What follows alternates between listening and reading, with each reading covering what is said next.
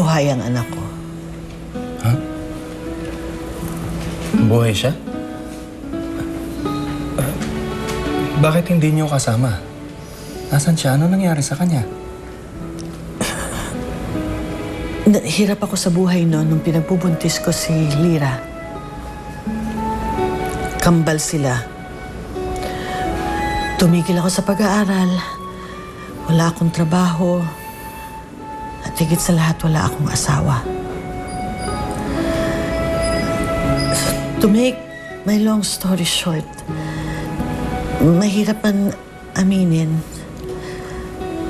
Pero parang ipinaampong ko ang kakambal ni Lira. Hirap sigurong gawin nun para sa'yo, ano? Alam mo pa ba kung nasa na siya ngayon? Hindi ko alam, Leo.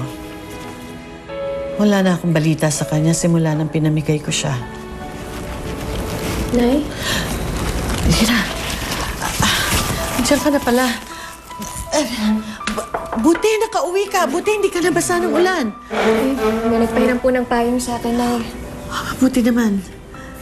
Good Good evening. Good evening. Sir Leo, napadala po kayo. Nagpatila lang siya ng ulan. Oo, hindi na rin ako magtatagal. Uwi na rin ako. Hatid na kita sa labas. Sige, Lira. I'll go ahead. Sige po. Sa'yo, salamat. Salamat.